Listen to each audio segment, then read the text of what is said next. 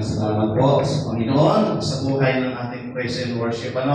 Na-bless ba kayo, mga kapatid? Para minsan, dito na, si Lord.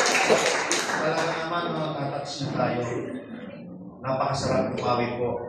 Alam niyo po, mga kapatid, ang araw ng linggo po ay isang pagkakataon o pribilege para sa atin. Para saan? Para muli po tayong kapagpasalamat. Mag-awitan natin siya. Bibihira lang po ang ganitong pagkakataon. Yung iba, sinasayang nila ang pagkakataon ng ganito. Pero hindi nila nalalaman na napakahalaga sa buhay natin. Kasi alam niyo mga kapatid, yung ating physical na katawan sa araw-araw, napapagod yan. Lahat ba dito may trabaho? Amen. Lahat may trabaho. Kahit yung walang trabaho, napapagod pa rin. Mas napapagod pa nga yung walang ginagawa. Ano po? Yung magpinto lang. Pero salamat sa Lord. Bakit? Nandito kayo lahat. Pinagpala kayong lahat si Lord. Alam nyo, itong taon na nagdaan, ngayon 2026 na, napaka masalimuot. Ang dami nating mga pinagdaanan, hindi lamang kami, kundi tayong lahat. Hindi natin kilala ang bawat isa, pero nandito po tayo, magkakasama. Meron tayong mga kinaharap na problema, pagsubok sa buhay. Bawat pamilya po, may kanya-kanyang pagsubok. Pero dahil ngayong 2026, muli po, isang panibagong hamon para sa ating lahat. Kung paano tayo tatayo, maninindigan, at kung paano tayo lalakad na muli ayon sa ibinigay ng Diyos sa landas na tatahak natin. Alam niyo mga kapatid, marami pong hindrance o magiging hindrance para hindi natin malakaran ang nais ng Diyos. Pero, may ipinangako ang Diyos sa atin. Maaaring ang ilan sa atin ay manghina, tumalikod. Maaaring ang iba mawala ng pag-asa. Pero laging may pangako ang Diyos. At sa umaga pong ito, ang ating pong tema, ang ating pong topic ay nasa Isaiah po. Sabi diyan, ang sabi po, lakas na mula sa pagtitiwala sa Panginoon. Ang pinakasusi po natin diyan, sa word na yan ay kailangan magtiwala. Last Sunday po, iyan din po ang naging susi niya po. Wala pong ibang panghahawakan tayo, kundi ang magtiwala sa ating Diyos. Wala po tayong kakayanan. Kaya naman po sa ating text ngayong umaga, mga kapatid, maaari po ba tayong tumayo? Basahin nga po natin ang sabay-sabay yan. Ang sabi po dyan, 1, 2, 3. Ang mahihina at napapagod ay kanyang pinapalakas. Kahit na ang mga kabataan ay napapagod at nandulupaypay.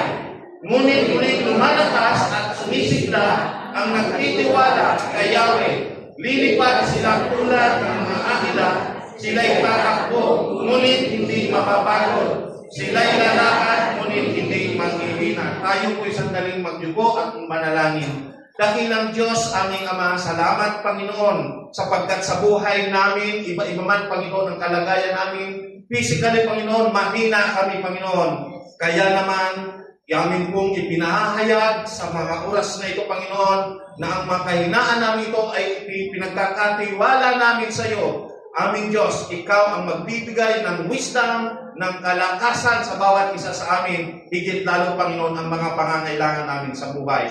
Sa umagang ito, Panginoon, ang kaunawaan nawa sa amin, Panginoon, na ibinigay mo, ay amin pong totoong maranasan. Ibukas niyo po at ihanda ang aming mga puso at ang aming tenga sa pakikinig ng mensahe mula sa iyo. Salamat po, Diyos. Amin po itong itinata sa iyo sa pangalan ng Panginoon Hesus. Amen. Yan, maraming salamat po. Makakapuna po tayo.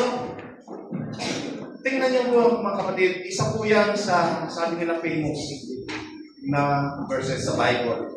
Isa po sa promise ng Diyos na kailanman kailangan nating paghawakan. Kasi na po tayo, dadaan po dyan.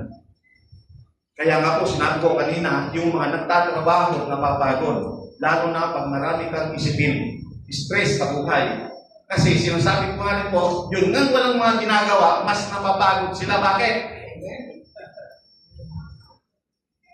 Sila mas pagod. Pagod ng isip nila kasi kung saan sila hahanap ng kanilang panghapong kabuhayan, napapagod ang bibig nila sakat mamarites, di ba? Doble ang pagod nila kaysa doon sa mga nagtatrabaho kasi nakapokus lang sila sa ginagawa. May halong joke pero totoo po yun. 2026 na po. Ang sabi kanina, kung tayo dati nagmamarites, ngayong 2026, ang imarites natin si Jesus. Ipakilala natin si Jesus. Pagkabi natin na yan ngayon, ay hinalintulad sa isang agila, sabi ni Propeta Isaias. Ang agila, maraming katangian.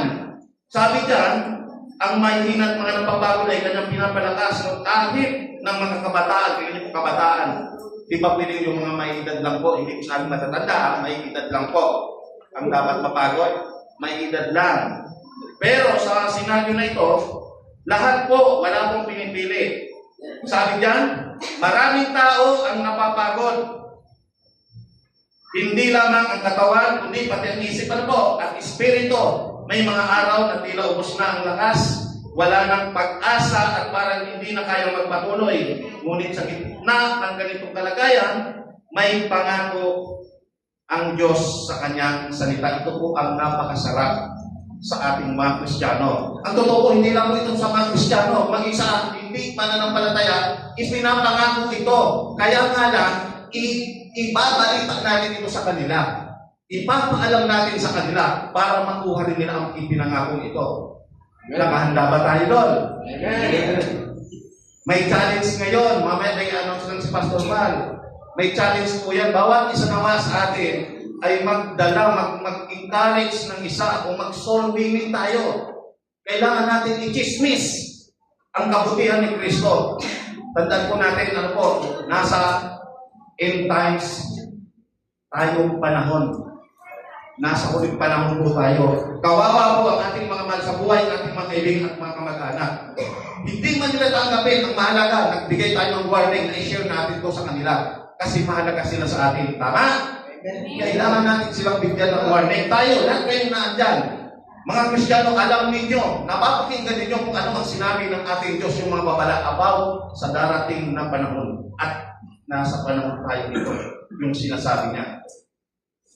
Maaaring bukas, maaaring sumasusunod na araw, maaaring sa mga susunod na panahon.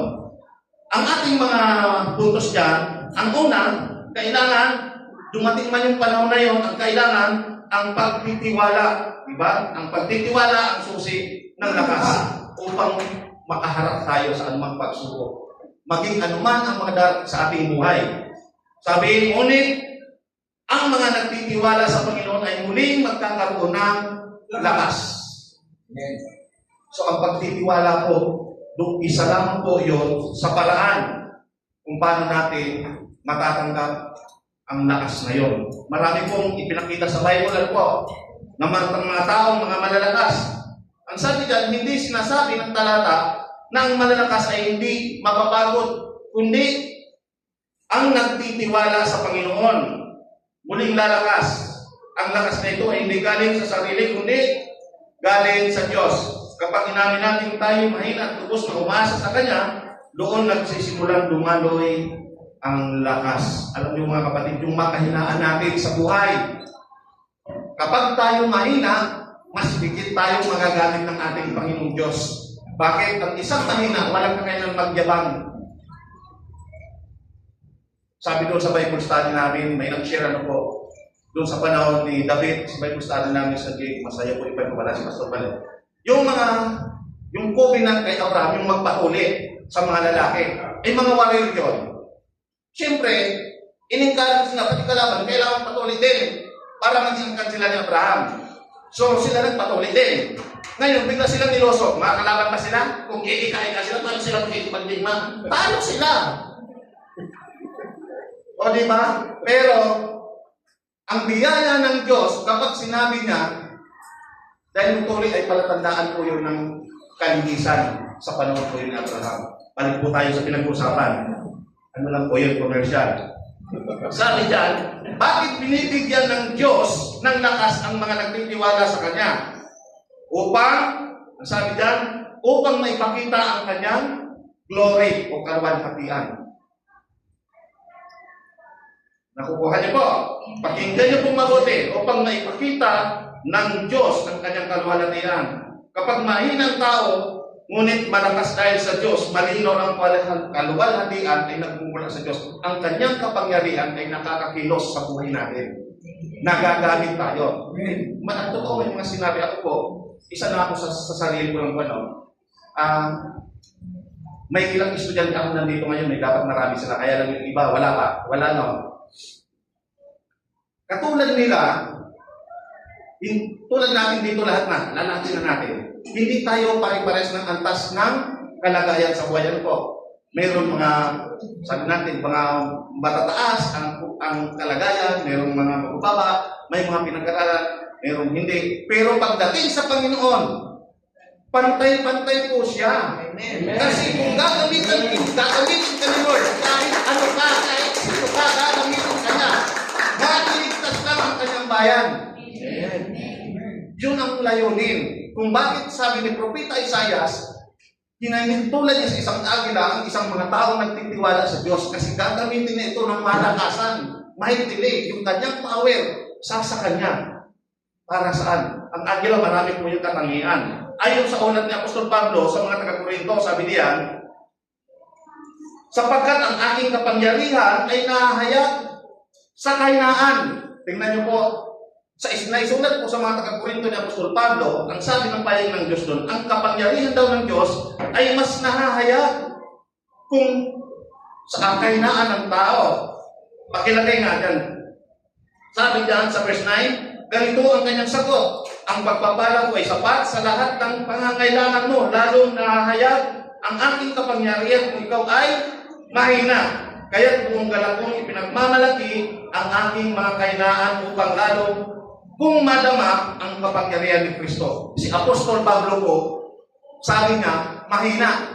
Pero ang totoong kalagayan niya po, hindi po. May posisyon po siya sa Sanhedrin, mag-isa po sa mga Roman, dual citizen siya. May authority siya sa mga high priest. At nakapag-arsa, alam niya ang mga batas. Pero ang sinasabi niya, may kahinaan siya. Merong weaknesses ang tao. Lahat tayo. Hindi natin alam, kahit natabi natin, malakas kung nakatayo ako dito. Alam ko ang lahat, pero sa loob niyan, meron po yan kahinaan. Hindi po ganun ka-perfecto ang tao. Sino ang perfect? Si Lord! Si Lord lang. Tayong tao, laging meron kulang. Kaya sa halip na kung tayo man, sasabihin natin, wala tayo ng pag-share na po. Sabi ko nga ito, lagi ko itong nababanggit, yung testimony, yung patutuo ng ating buhay ay mas malakas magpatutuo, mas malakas magsalita sa iba.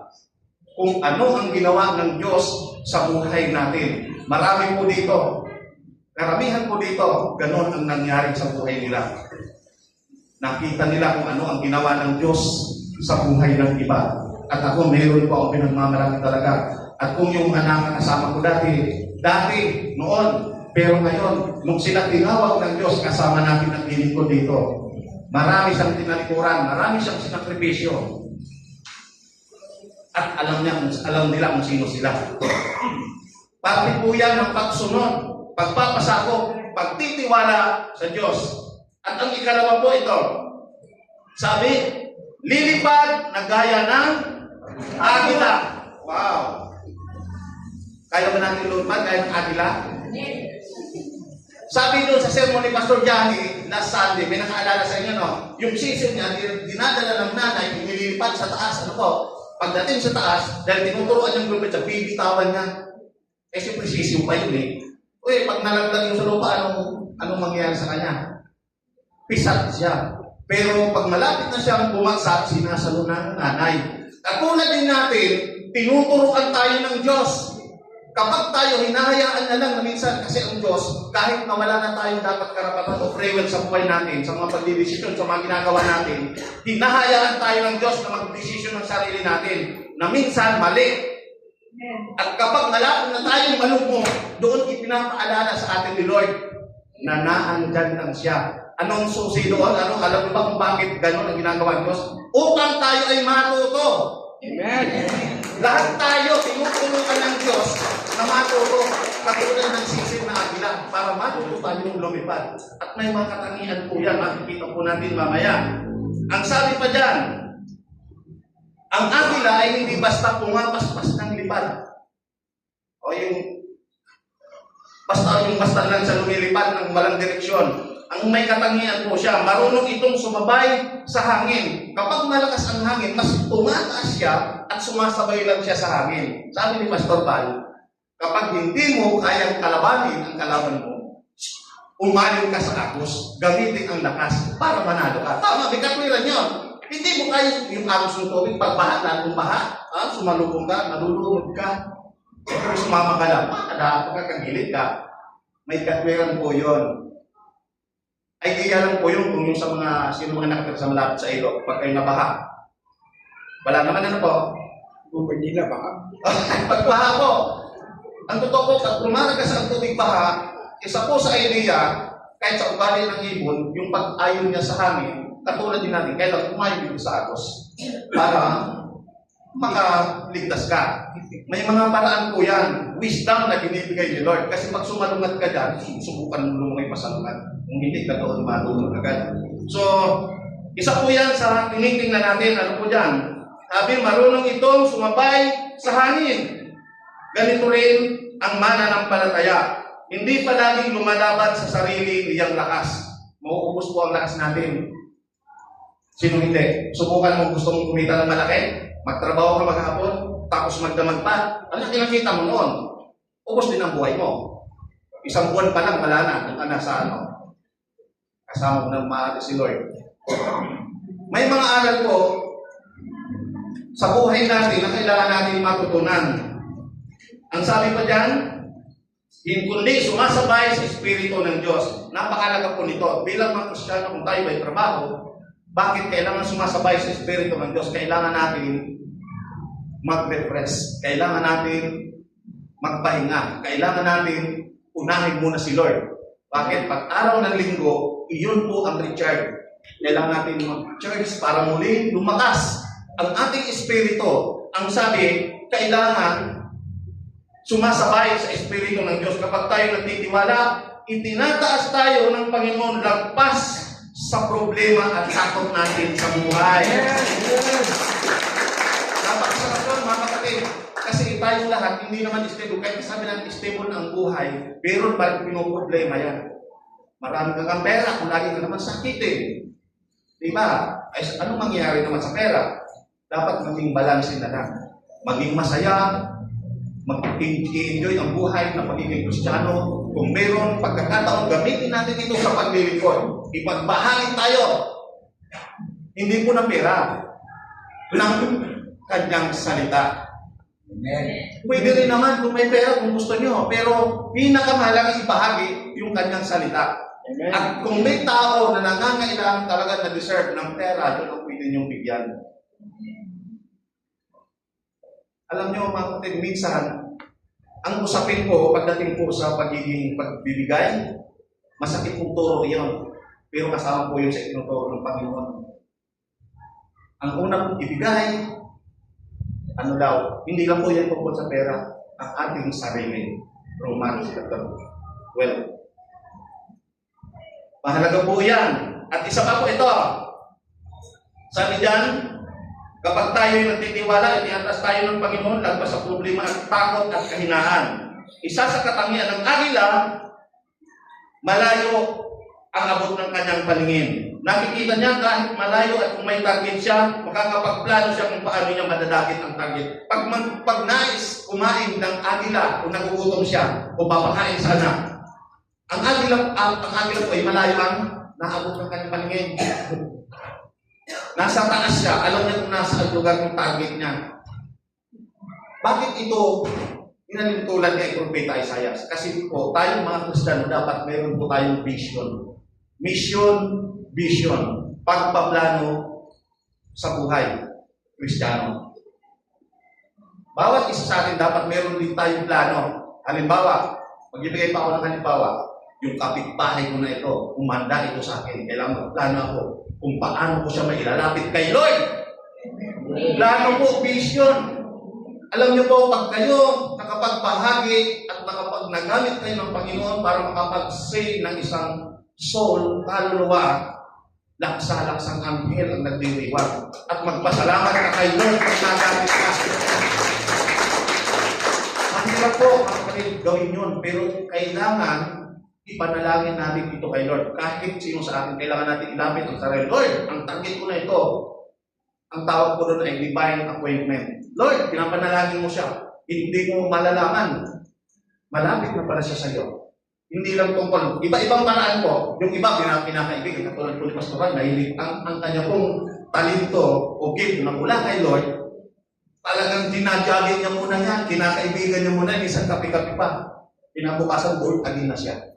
Pero salamat kay Lord. Bakit? Dahil ginamit siya ni Lord. Hindi madali po yun. Kaya ako na, hindi naman kinalaspag. Kaya na mag-jogging, hindi naman po sa kanya sasama pa. Pero dahil nga siya ay lingkod ni Lord, ang kanyang aura, ang makikita natin sa kanya, ito napakakalago. Parang anghel siya sa paningin natin. Bakit tayo napapalapit sa kanya? Totoo po yan, ang isa kong Kristiyano, ang paningin ng iba, ang tingin ng iba, ay parang mga anghel yan. Naaalala nyo, sabi ng Bible, sabi ni Jesus, nagliliwanag ang ilaw sa buhay ng isang Kristiyano. At ang ilaw na yan, sumisimbolo po yan kay Jesus. Sa lahat po ng tumanggap sa ating Panginoon Diyos, ang pinisig na ay natiwala ng ating Panginoon Diyos. Ang natin ito na ay Panginoon sa buhay natin. At dapat, mga kapatid, ipamuhay natin ito. Magpatuloy tayo sa katangian tinanggap natin. Magpatuloy natin yung mga kapatid. Kaya dapat tayo ay meron tayong mission, vision sa bawat isa. Hindi lang yung mission ng POTC ang susundan natin, kundi dapat mayroong mission, vision, may puso tayo na abutin sila. I-invite natin sila, isama natin sila sa paglilingkod kasi pagbukas sa makalawa, end times na, kawawa po sila. Kawawa po ang ating magmahal sa buhay kung saan sila pupunta. Sabi po ng Kawikaan chapter 29 verse 18, kung saan malampangin tayo ng bayan ay sumasama. Sabi po yan ng Kawikaan. Kailangan po mission, mayroon po yan pagpaplano. At ang Habakuk 2, chapter 2, verse 2, sabi dyan, ito ang tugon ni Yahweh. Isulat mo ng malinaw sa mga tapis na bato, ang pangita ay ipahahayag ko sa iyo, upang sa isang sulya ay mabasa agad at maipabatid ito. Na isulat, maipabatid. Kailangan ipinamalita. Kailangan ipaalam. Ano yung kabutihan ng ating Diyos. Kung ano ang plano niya ng pagliligtas sa lahat ng tao. Meron pong mission po ang bawat isa natin. Meron pong tinanggap ang bawat Kristiyano. Mga Kristiyano ba tayo lahat? Yes! Kapag Kristiyano tayo, ang great commission ibinigay sa atin. Sabi, go and make disciples. Sabi doon, go and preach the gospel. Ibinigay mo yan sa atin lahat. Kaya, ayaw man natin gawin, kailangan po natin gawin yun. Dahil sa atin na po yun inutos ng Panginoon. Sa mga tumanggap. Ang ikatlo po ay ito. Ang sabi sa ikatlo, tatakbo ngunit hindi mapapagod. Meron ba gano'n? Parang ayaw nyo, napapagod naman talaga. Kahit mag-walking lang, pag gutom, may kakain. Sabi ng aking may bahay, mag-walking daw kami. Pampagana lang yung kumain. Lalo. Totoo yun. Kaya noon, nagja-jogging pa nga kami. Kami ni Pastor Badon sa Park Place, sa lugar ni Vice Kuling ang tibuhan ko noon. Nagja-jogging pa noon kami doon. Pagkatapos mag-jogging, ang daming pagkain doon. Masarap mag-jogging, masarap din ang pagkain. Pero, dahil doon, na-influensya namin sila ng kabutihan ng ating Panginoon Isos. Yung dating mga palamura doon, hindi na nagmumura. Pag kami dumating doon, Pastor, walang ganyan. Iyan po ang isa sa nakikita ng mga tao sa buhay ng mga lingkod ng Diyos. Isa po yan sa patotoo, kahit sila, mga kilalang tao po sila dito. So ang influence natin, dapat nagpapatuloy. Amen. Dahil dala-dala natin ang pangalan ni Kristo. Amen. Yan po ang makikita sa buhay natin. Ano po? Sabi diyan, tumakbo man sila, hindi mapapagod. May mga panahon na kailangan natin tumakbo, maglingkod, magtiyaga, magpatuloy sa laban ng buhay. Sa ating sarili, sabi diyan, mabilis tayong mapapagod, ngunit sa Diyos, may tuloy-tuloy na lakas. Hindi man mawala ang hirap, may lakas tayong pagpatuloy. Hindi po ito tungkol sa usapin na yung physical natin, kundi ito ay tungkol doon sa kung ano ang ibinibigay ng Diyos na kailangan natin magpatuloy sa buhay. Kailangan natin lumaban, patuloy sa paglilingkod, na kailangan hindi tayo mapagod, huwag tayong magsawa. Bakit? Meron pong inihahanda na pangako at reward sa atin ng ating Panginoon. Amen. Yun, sabi ni Apostol Pablo sa mga nakabasa na nito, yung mga mananakbo, sabay-sabay silang tatakbo. Lahat sila merong goal, meron silang gustong marating. Kapag tumigil ka, talo ka. Sino daw ang talo? Yung tumigil. So kahit mahirap, kahit palakad na ng tagapag na lang, nagpapatuloy ang isang Kristiyano. Bakit? Ang kanyang kasama ay ang ating Diyos. Amen. Sasamahan tayo ng ating Panginoon sa bawat ating gagawin. Ang sabi pa dito, ang sabi diyan, hindi man mawala ang hirap, may lakas tayong magpatuloy.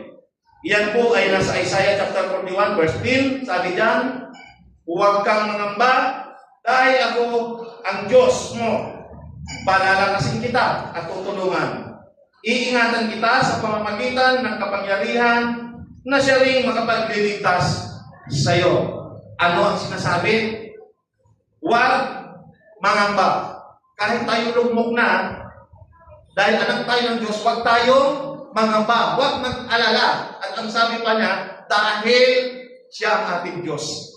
Amen. Kapag ipinangako po ng Diyos, hindi po yan binabalik. Ang sabi dyan, palalakasin kita.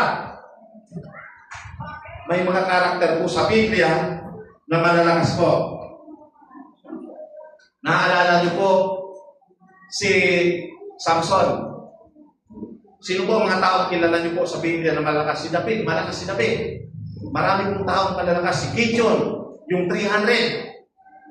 Yung Spartan na pelikula, ako. Si Gideon, ginawa lang nilang ilustrasyon sa pelikula, pero kwento po yung ni Gideon sa buhay niya. Isang pagkaraniwang tao, pero nung sila ay sinabihan ng Diyos, nutusan ng Diyos na lumaban, nagtagumpay sila. Kasi ang Diyos ang nagbibigay ng lakas. Ang sabi pa diyan, palalakasin at tutulungan. Napakasarap pakinggan na po. Si Lord ang tumutulong sa atin. Siya pa ang nagbibigay ng lakas sa atin. At ang sabi niya pa, sa pamamagitan ng aking kapangyarihan, ang siya rin makapagliligtas sa inyo. Sa wilderness po, mula sa Egypt, yung Red Sea, kung saan yung mga Israelitang alipin sa Ehipto, yung kapangyarihan ng Diyos na hinatid niya yung dagat, nakatawid sila roon. Sinong nakapanood doon sa pelikula, pero totoo po yan sa Biblia, pag binasa niyo po, nakatawid sila doon. Ang nag-guide sa kanila, yung kapangyarihan ng Diyos. Isipin niyo po, ang ganung senaryo, wala silang pagkain, hindi nila alam kung anong gagawin nila, pero ang kapangyarihan ng Diyos na kumikilos at nag-guide sa kanila. Napakarami po nila.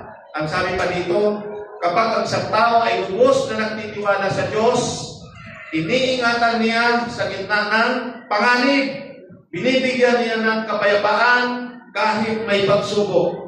Pinapalakas niya kapag nanghihina, ginagabayan niya sa tamang landas. Ipinapangako niyo po yun sa mga anak niya, sa kanyang mga lingkod. Kaya mga kapatid, mapalad tayong lahat sa mga patuloy na nagtitiwala sa Panginoon. Sabi pa nga, hindi na nangahulugan na wala ng problema ang nagtitiwala sa Diyos. Naniniwala kayo? Amen. Hindi po tayo ligtas sa problema kahit tayo ay nagtitiwala sa Diyos. Ang sabi, ngunit may katiyakan na hindi siya pababayaan. Ang Diyos ay tapat sa kanyang pangako. Siya ang ating kandungan at lakas. Tingnan niyo po. Ang awit, chapter 27, verse 5, ang sabi diyan, pakilagay niya, awit. Ayan, nandiyan pala. Sabi diyan, ang iyong sarili sa kanya italaga. Tutulog ang ganap kapag ikay ay nagtiwala. Yung word po na ganap, lubos po yun. Kapag sinabi po ng Diyos, na sinabi niya, tutulungan kang ganap, tapos po yun. Talagang ibinigay po yun sa iyo. Kaya nga ito po ang pinaka-favorite verses ko po. Pinaka-favorite verses. Ewan ko lang kung magiging favorite niyo rin po ito. Ang Marcos 11, 11:24, ang sabi doon, kapag ikaw ay nanalangin, tanggapin mo, natanggap mo na, at ibinigay na nga sa iyo. Kapag tayo humingi kay Lord, ang kinina natin, Marcos 11:24, parte po yan ng faith natin, pananampalataya sa Kanya. Sabi ko noon, Lord, nagbabayad lang ako, 2025. Tuwing may gawain, naghahanap ako ng mga pinammalapit na daan, sure, kasi nakabayad lang pagdating ko dito ko sa Lord, sabi ko sa Kanya, Lord, bigyan mo naman ako yung service na medyo maaluan. Sumagot si Lord, binigyan ako ng service. Hindi na ako ngayon babay. At least magag, kasi po isa po sa faith ko, sa akin lang po yon. Ang isa sa pananampalataya ko, bibigyan ako ni Lord. Naniniwala ako na ibibigyan niya sa akin. Kasi sabi ni Lord, bibigyan kita ng kotse, kita naman, wala ka naman lisensya. Tama si Pastor, kumuha ka ng lisensya para bigyan ka ng kotse. Tama naman, di ba? Pag wala kang lisensya, hindi ka bibigyan. Kailangan malinaw ang vision. Ang pagpaplano, halimbawa, katulad ng planning namin, dapat mayroon kang plano. Kasi ang plano mo, sabi po ng Bible, ang tao nagpaplano at ang Diyos nagpapatupad. Paano ibibigay siya kung wala ka naman palang, hindi mo naman pa idadrive. Dapat malinaw po ang ating plano at ang vision. Kung ano ang gagawin mo. Halimbawa, Lord, gusto kong makapagtrabaho ng maganda. Sige ka lang ganon. Di mo naman siya sabi, anong gagawin mo pag nagkaroon ka na ng magandang trabaho at mayroon ka ng malaking kinikita, saan mo dadalhin yun? Dapat malinaw po yan. Lord, pag ako nakapagtrabaho at kumita na ako, gagamitin ko ito sa paglilingkod sa iyo. Dapat may declare, ibibigay ni Lord. Amen. Kasi gagamitin ka nga niya eh. Ganun po yun, ibinibigay niya kapag malinaw po ang ating mga mission at vision. Pero tandaan po natin, no, ang ibinibigay ni Lord, yung needs, hindi yung wants. Magkaiba po yun. Ang tao po, maraming gusto. Pero yung pangangailangan ng tao, yun ang ibibigay ni Lord. Dapat malinaw po yun sa atin. Kasi, kaya sumasama po ang mundo, maging sa atin at sa Pilipinas, kahit marami na silang pera, gusto pa lang kunin ang maraming pera. Yun yung wants, gusto yun eh. Pero pag needs, talagang ibibigay ng pangangailangan ninyo. Pero hindi yung pagkukulangin kapag si Lord ang nagbigay. Amen? So, isa pa po. Sa ika-4, ito po. Ang sabi, lalakad, ngunit hindi man hihina. Lalakad. O kami, okay nang walking ng 5 minutes o 10 minutes. Kasi pag umabot ng 30 minutes, mamaya, gutom na. Mas madami ang kain, mas lalong tataba. Totoo yun. Kasi gaganahan tayo kumain. Ang sabi dyan, lumakad man sila, ay hindi manghihina. Hindi araw-araw po ay may malalaking tagumpay sa buhay. Minsan, sabi dito, minsan simpleng paglakad lang, isang hakbang ng pagsunod bawat araw. Ang pangako ng Diyos, kahit sa mabagal na paglakad, hindi tayo manghihina kung siya ang ating inaasahan. Lalo na kung may kinakaharap tayong laban. Lalo na kung may kinakaharap na tayong laban. Sabi po ni David, sa ikalawang Samuel chapter 22 verse 40, ang sabi na, ito pong chapter 22 na ito, kung sino man po nakabasa, alam po ninyo ito. Ang chapter 22 po, awit po ito ni David. Bakit siya umaawit? Ang sabi niya po dito sa verse 40, pinalakas po ako para sa labanan, kaya't nagsisuko ang aking mga kalaban. Pinagtatagumpay sa laban ng buhay. Pinagtatagumpay. Yun pong chapter 22 po, ano po siya, lahat po sa kabuuan po ng aklat ng Samuel, marami po siyang laban dyan na pinagdaanan. At hindi lang isang bansa, mayroong Amonita, Moabita, Syria, lahat po ng bansa na nakapaikot sa Israel, lahat po yung kalaban po yun ni David sa panahon niya. So kaya siya umaawit, kasi lahat po ng bansang iyon, tinalo niya yon. Hindi lang po sa labas ng bansa sa may kalaban, maging sa loob ng Israel, meron din siyang kalaban. Sino? Yung anak niya. Meron po siyang anak na nag-rebellion sa kanya. Nilalabanan siya. Pero lahat ng iyon, hindi po yun nanalo. Kaya sabi niya sa kanyang awit sa chapter 22, ibabasahin puro awit niya po yan, chapter 22 na yan. Kaya sa verse 40, sabi, pinalakas mo ako, sabi niya, para sa labanan. Sa lahat po yan sa kabuuan. Kaya sabi dyan, kung may kinakaharap tayong laban, ay mas pinapalakas tayo ng Diyos. Sa panahon ni David, laban ng digmaan. Digmaan po yun. Pero sa panahon natin, ang ating laban, sa laban po ng buhay. Kahirapan sa pamilya, may mga broken family, hindi pagkakasunod ng pamilya, walang trabaho, kakulangan, ang daming bayarin, ang dami nating laban sa panahon ito. Yung asawa ng bababae, yung asawa, maraming bisyo, marami po tayong kinakaharap na laban sa panahon ito. Marami tayong kahinaan.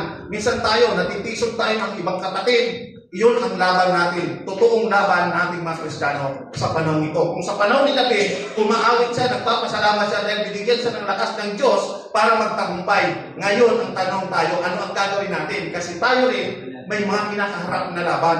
Ano ang dapat natin gawin? Manalangin at ilapit at magtiwala sa ating Panginoon. Na pagtatagumpayin na tayo.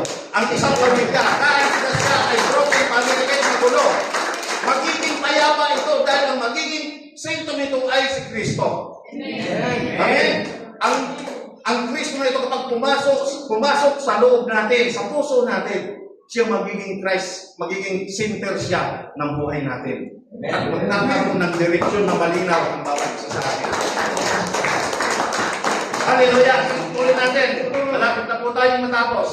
Sabi pa sa Jeremias 17, verse 7, ang sabi dyan, mapalad ang mga taong nagtitiwala kay Yahweh, pagpapalain ang umaasa sa Kanya.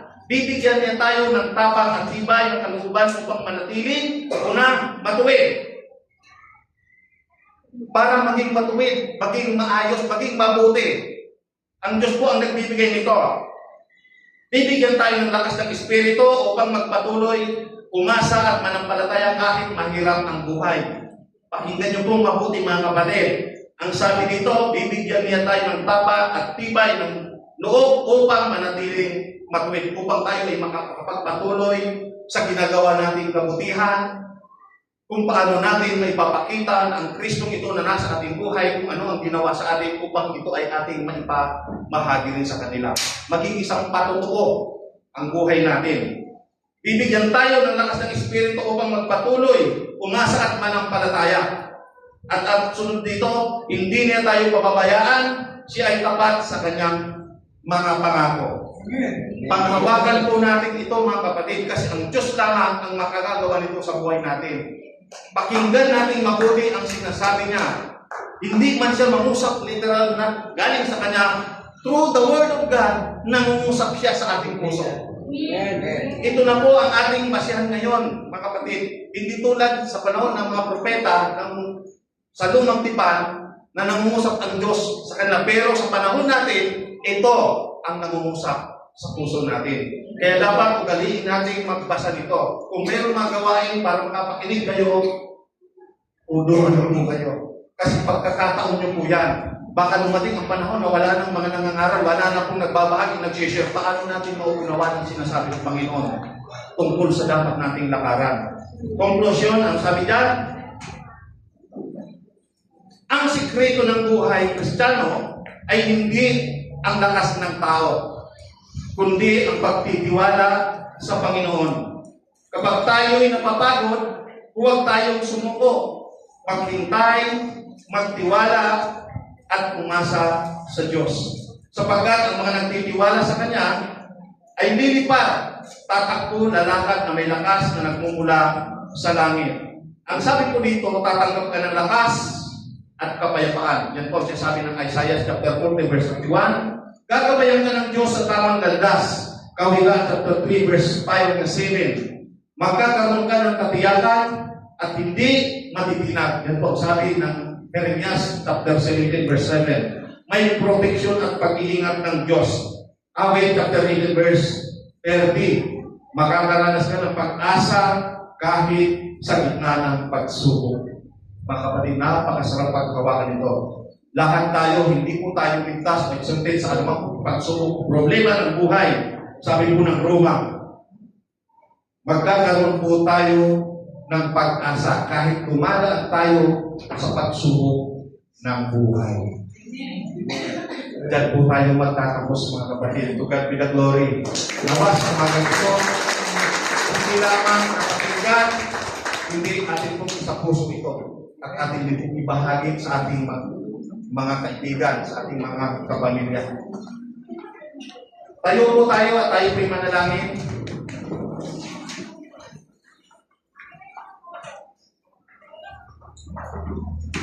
Hallelujah.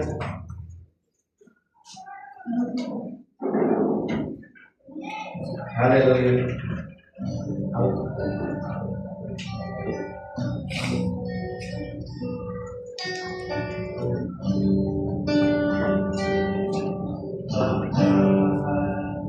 Sige po mga kapatid, awitin natin ito. Patunay na ito ay pagtitiwala natin sa ating Panginoon Diyos. Ang kanyang kamahal, ang kanyang pagpapala ay sabatong walang kulang para sa atin. Hallelujah. Hallelujah, O God. Hallelujah.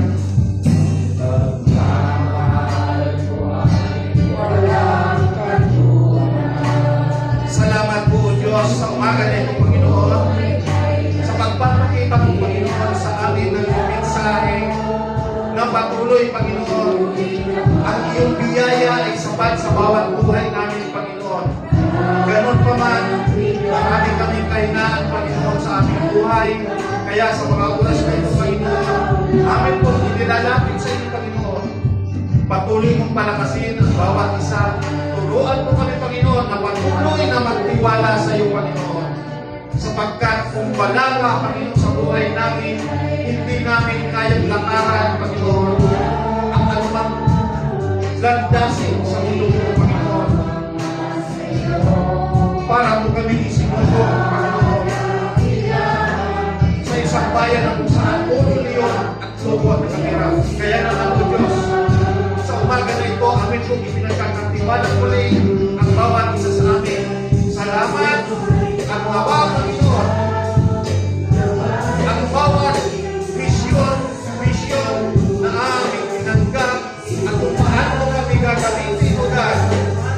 Patuloy namin ito na magawa, Panginoon. Ang una na, Panginoon, ay ang aming puso, ang aming sarili. Patuloy mo kami pasagin at patuloy na ipaunawa sa amin na kami ay puno, kami ay alipin mo, kami ay iyo gagamitin para sa aming mga mahal sa buhay, maging sa aming komunidad. Salamat po, Diyos. Salamat po.